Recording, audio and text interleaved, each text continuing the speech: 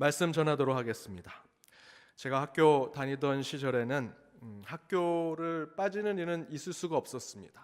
거의 대부분 개근상은 상장이 아니었죠. 거의 모든 학생들이 개근상을 받았습니다. 억지로라도 다 학교를 갔었습니다. 웬만하면 학교를 빠지지 않았습니다. 그런데 제가 중3 때 몸이 너무나 아픈 적이 있었습니다. 그래서 힘들게 학교에 갔는데 수업을 듣는 내내 칠판이 뱅뱅 돌고 먹을 것을 다 토할 것 같고 너무 몸이 아파서 죽을 것 같았습니다. 그래서 선생님께 찾아가서 조퇴를 해야겠다 결심을 했습니다. 근데 그날 담임 선생님이 출타를 하셔서 제가 있었던 그 중학교에서 가장 무서운 호랑이와 같은 선생님이 임시 담임 선생님으로 오신 것입니다. 그 선생님한테 가면 꾸중만 듣고 올 것이 뻔한데 그래도 몸이 너무 아파서 선생님께 찾아갔습니다. 선생님, 제가 정말 죽을 것 같이 아픕니다. 조퇴를 좀 시켜주십시오. 그랬더니 그 무서운 선생님께서 이렇게 말씀하셨습니다. 아파도 학교에서 아프고 죽어도 학교에서 죽어. 그래서 그냥 제 반으로 가서 하루 종일 엎드려서 잠만 자고 수업도 제대로 못 들은 적이 있었습니다. 요즘 아이들에게 이야기하면 그건 당장 교육청에 신고해야 될 일이라고, 학생들이 인권을 무시한 것이라고 아마 얘기하고, 이런 일이 있으면 몰래 스마트폰으로 녹음도 해가지고 사람들에게 알려주기도 하고 이랬을지도 모르겠습니다. 그러나 그때에 제가 학교 다니고 우리 어르신들이 학교 다닐 때에는 선생님의 충고나 지적이나 꾸중은 당연한 것이었습니다. 그래도 저는 그 얘기를 듣고 참 서운했습니다. 저는 진짜 아픈데, 너무나 고통스러운데 그렇게 얘기를 들으니 참으로 속상했습니다. 그런데 저는 그 이야기를 듣고 훗날에 그 선생님의 이야기가 그때는 참 서운했지만 나중에 제가 훗날 그 선생님이 제게 말씀해 주셨던 것들을 다시 되씹어보고 곱씹어보면서 제 인생을 돌아보니 그 한마디가 제 인생을 굉장히 강하게 만든 것을 깨닫게 되었습니다. 학생이라면 아파도 학교에서 아파야 하고 죽어도 학교에서 죽어야 한다. 저는 이 말을 힘들고 어려운 순간마다 되뇌이고 입에서 계속 중얼거리며 스스로에게 도전을 하고 스스로에게 격려를 주곤 합니다. 집에 가서 침대에 누워가지고 아픈 몸 추스리고 회복하고 다시 일어나고 준비할 수 있지만 학생이라면 아파도 학교 가야죠. 아파도 학교에서 아파야 되고 죽어도 학교에서 죽겠다라는 마음으로 학생의 본분을 다해야 된다라는 생각으로 인생을 살기 시작했습니다. 지나친 표현이거나 지나친 요구일지는 모르지만 세상을 살아가는데, 아니 더 나아가서 저와 여러분과 같은 그리스도인 입장에서는 이 말이 우리에게 굉장히 중요한 방향을 설정해주고 있다고 저는 생각했습니다. 저는 목사이기 이전에 성도 그리스도인입니다. 그리스도인은 예수의 삶을 쫓아가겠다, 닮아가겠다 결심한 자들입니다. 그렇다면 우리는 예수님처럼 살아야죠. 그런데 잘 보니 저를 비롯해서 많은 그리스도인들이 예수의 영광된 자리, 영광된 그 시간을 쏙 빼먹으려고만 합니다. 그 영광된 자리와 시간을 위해서 예수 그리스도께서 고난당하시고 아픔을 겪으시며 희생당하시고 우리의 발을 닦으시는 그 겸손의 자리와 시간은 전혀 쫓아가려고 하지 않는다라는 것입니다. 디모데후서 3장 5절에 경건의 모양은 있으나 경건의 능력을 부인한다라고 표현을 하지요. 예수의 모양은 쫓아가려고 합니다. 하지만 예수의 능력은 부인하려고 합니다. 예수의 능력이 어디서 나왔습니까? 예수의 십자가, 그분이 피 흘리시고 고난 당하신 그 십자가와 그 십자가를 짊어지고 올라가셨던 골고다 언덕에서 그 능력이 나오는데, 그 능력은 전혀 쫓아가지 않으려고 하는 것이 우리의 모습이다라는 것입니다. 곧 껍데기만 그리스도인인 것이죠. 가면을 쓴 거룩한 백성, 성도의 모습을 우리는 가지고 있습니다. 아파도 교회에서 아프고 그래서 주님의 일 하다가 아파야 하는데, 여러분 돌아보십시오. 내 일 하다가 내 이기적인 것 채우다가 병이 났습니다. 아프게 됐습니다. 하나님 그거 고쳐주십시오. 그렇게 기도하는 우리 자신이 부끄럽지 않습니까? 죽어도 교회에서 죽자라고 하는 마음으로 교회 일에 충성해야 하는데 내 욕심, 내 정욕, 내 우상 때문에 그렇게 죽어가는 인생들이 많다라는 것입니다. 경건의 모양만 있는 그리스도인들, 껍데기만 그리스도인인 사람들, 가면 쓴 예수쟁이들이 우리 가운데 너무나 많습니다. 오늘 본문에서 유대인들의 죄와 잘못을 지적합니다. 무엇이라 지적합니까? 12절과 13절 함께 읽겠습니다. 무릇 율법 없이 범죄한 자는 또한 율법 없이 망하고 무릇 율법이 있고 범죄한 자는 율법으로 말미암아 심판을 받으리라. 하나님 앞에서는 율법을 듣는 자가 의인이 아니요 오직 율법을 행하는 자라야 의롭다 하심을 얻으리니. 율법 없는 자에 대한 부분을 이야기하죠. 이방인에 대해서 이야기합니다. 그 이방인들이 심판을 받는 것은 율법 없어도 그들의 양심에 따라서 그 양심이 율법처럼 작용이 돼서 그 양심으로 심판을 받게 될 것이다 이야기합니다. 바울은 이 이방인에 대한 이야기를 하려고 한 것이 아닙니다. 이 구절에서 진정으로 얘기하고자 하는 것은 유대인들은 율법을 지키고 있다, 자기가 잘 지키고 있다, 율법 때문에 자신들이 구원받는다 생각하며 율법의 중심이 된 삶을 살아갑니다. 그런데 그들은 율법 때문에 심판을 받는다라고 이야기합니다. 그 문제가 무엇이냐? 유대인들의 죄의 문제는 13절에 말하는 대로 율법을 듣는 자가 의인이 아니라 행하는 자가 의인이 된다라고 말씀하고 있습니다.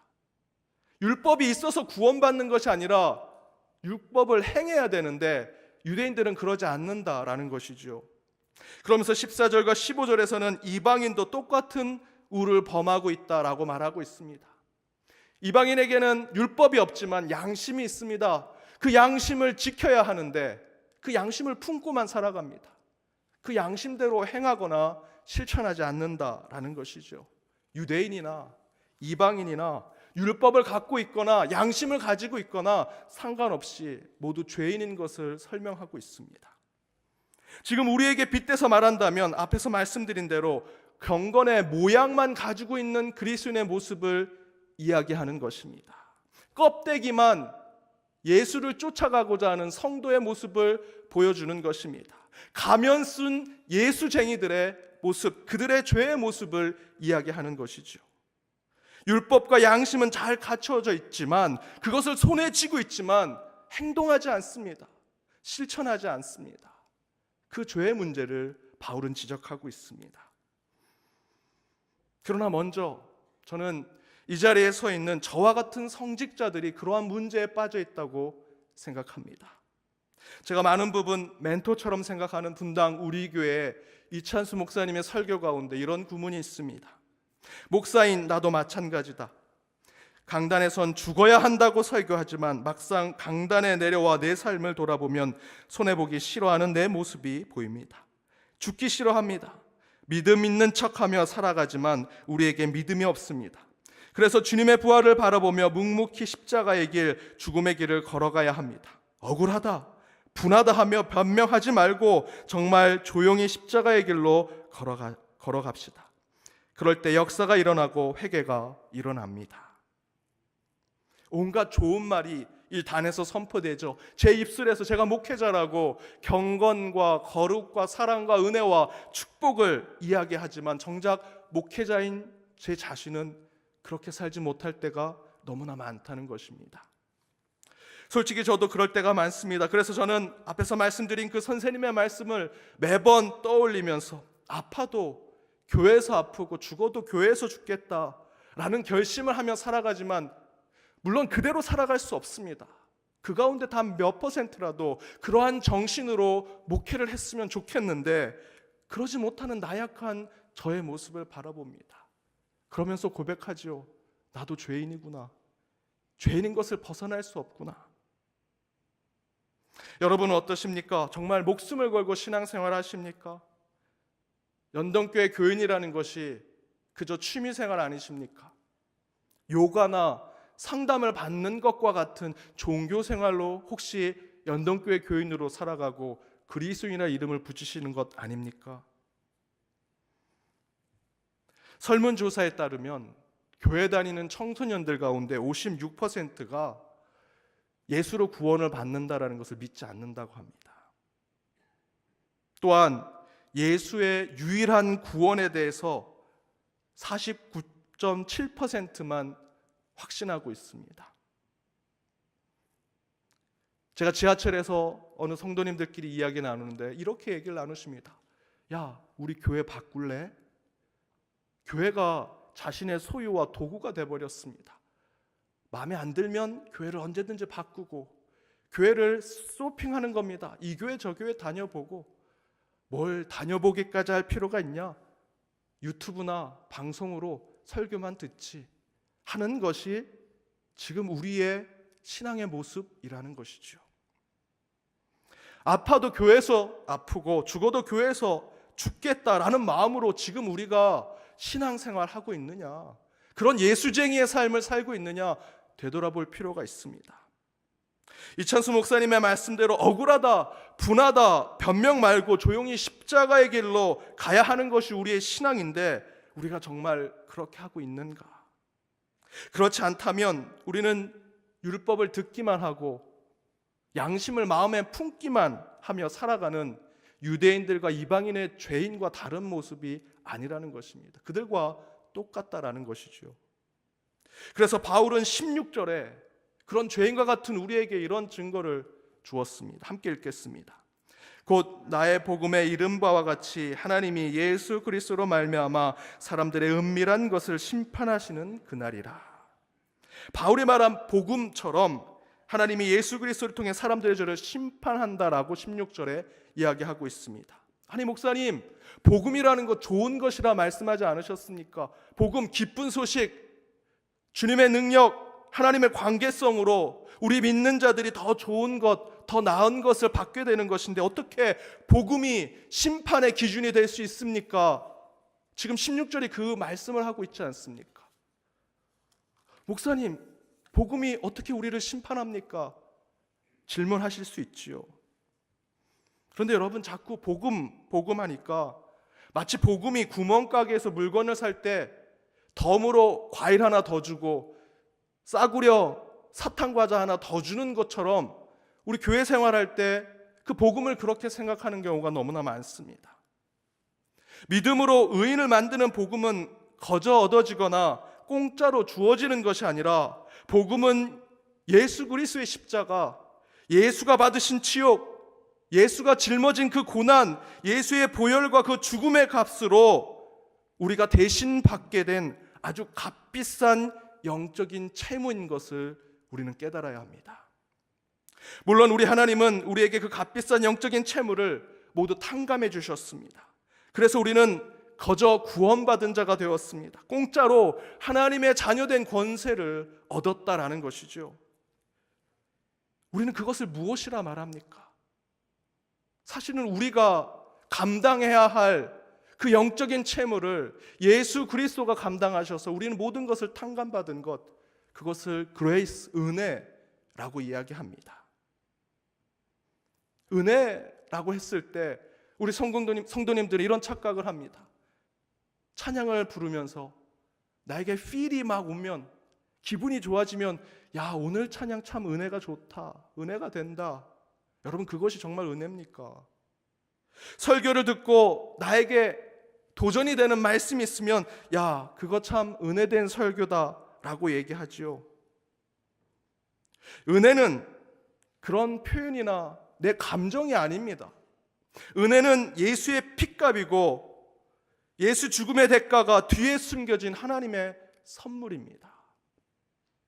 그래서 정확하게 말한다면 저와 여러분이 구원받는 자가 된 것은 심판이 생략되거나 심판대에 가지 않게 된 것이 아니라 나 대신 우리 주님께서 십자가에서 죽으시고 심판받으시며 이 못난 나 때문에 우리 예수님께서 피 흘리시고 채찍을 맞으시고 침뱉음을 당하신 바로 그것, 그 구원으로 우리는 은혜를 깨달아야 한다는 것입니다.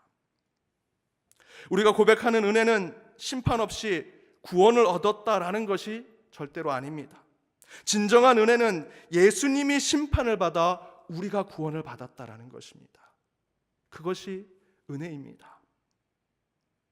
심판 없이는 절대로 구원이 없습니다. 우리도 반드시 심판을 받아야 합니다. 그런데 우리는 경건의 모양만 가지고 있는 그리스도인이지요. 껍데기만 성도입니다. 가면 쓴 예수쟁이로 살아갑니다. 율법과 양심은 잘 갖추고 있지만 듣기만 하지 실천을 하지 않는 유대인들과 이방인과 다를 바 없는 죄인이라는 것입니다. 그러나 예수님께서 우리 대신 심판을 받아 우리에게 구원의 선물을 주신 것, 그것이 은혜입니다. 말씀 가운데 그 은혜를 깨달았다면 우리는 무엇을 결단해야 합니까? 빌립보서 1장 29절에 이렇게 기록되어 있습니다. 함께 읽겠습니다. 그리스도를 위하여 너희에게 은혜를 주신 것은 다만 그를 믿을 뿐 아니라 또한 그를 위하여 고난도 받게 하라 하심이라. 은혜를 받았다면 여러분 믿음을 가질 뿐만 아니라 그를 위해서 고난받을 준비를 하고 예비하는 자가 되어야 한다라는 것입니다. 은혜를 바로 깨달았다면 절대로 자기를 위해서 살지 않습니다. 은혜를 바로 깨달은 자는 빚진 자의 마음으로 누군가에게 그것을 갚아내려고 하지요. 타인을 위해, 이웃을 위해, 최종적으로는 하나님을 위해 살아가는 자들이 은혜 받은 자들입니다. 사도행전 2장 43절에 47절을 보면 초대교회의 모습이 나옵니다. 여러분 눈으로 읽어보십시오. 초대교회 때 서로 물건을 통용했습니다. 자기의 재산을 다 팔아서 필요한 사람들에게 나누어 주었습니다. 함께 음식을 뗐습니다. 떡을 떼며 예배를 드렸습니다. 찬양하고 하나님을 경배하는 공동체로 나아갔습니다. 그런데 이런 천국과 같은 공동체가 될 때 어떤 전체적인 조건이 있었는가? 37절에 보면 베드로가 하나님의 말씀을 전했을 때 백성들이 말씀대로 보면 마음에 찔림을 얻고 어떻게 합니까? 우리가 어떻게 해야 합니까? 복음을 깨달았습니다. 어떻게 해야 합니까? 양심과 율법을 손에만 쥐고 있었습니다. 실천하지 않았습니다. 그러면 이제 복음을 온전히 깨달았으니, 은혜를 알게 되었으니 어떻게 해야 합니까? 라고 하는 물음에 그들이 보여준 것이 바로 사도행전 2장 37절에서 42절에 43절에서 47절에 그 천국과 같은 공동체를 만든 것입니다. 서로 물건을 통용하고 내 재산을 팔아 필요한 사람에게 나눠주고 함께 떡을 떼며 함께 예배드리고 찬양하고 기도에 힘쓰기를 하는 교회. 파라송의 회장이었던 마스시다 고노스케라고 하는 회장이 있습니다. 그가 신입사원을 뽑을 때 두 가지를 질문한다고 합니다. 이 마지막까지 올라왔는데 당신은 어떻게 여기까지 올라왔습니까? 라고 하는 질문에 두 가지를 묻습니다. 당신 운이 좋아서 왔습니까? 아니면 당신이 노력을 열심히 해서 왔습니까? 어떤 사람이 뽑힐까요? 이 고노스케 회장은 운으로 왔습니다 라고 얘기한 사람을 뽑는다고 합니다. 그 이유는 운으로 여기까지 왔습니다 라고 생각하는 사람들은 자신이 여기까지 올라올 수 없는 존재임을 깨달았다라는 것이죠. 물론 이 고노스케는 기독교인이 아니라 운이라고 표현했지만 저와 여러분은 그 가운데 은혜를 깨달아야 합니다. 여러분 여기까지 어떻게 오셨습니까? 주님의 은혜로 여기까지 온 건 아닙니까? 그렇다면 우리는 나를 위해서 사는 것, 우리 교회만을 위해서 사는 것이 아니라 타인과 세상을 위해서 살아가는 그리스도인의 삶을 살아야 할 것입니다. 저는 그런 은혜의 삶의 결단으로 앞에서 말씀드렸던 아파도 교회에서 아프고 죽어도 교회에서 죽겠다라는 결단으로 목회를 하고자 합니다. 여러분은 어떻게 살겠습니까? 이찬수 목사님이 말씀하신 대로 억울하다, 분하다, 변명하지 말고 조용히 십자가의 길로 걸어가시는 그런 영적인 순례자가 되시기를 바랍니다. 그때 역사가 일어나고 회개 운동이 일어날 것입니다. 우리가 신앙을 가지고 있고 은혜를 가지고 있고 믿음을 가지고 있습니다. 세상과 달라야죠. 무엇이 달라야 하겠습니까?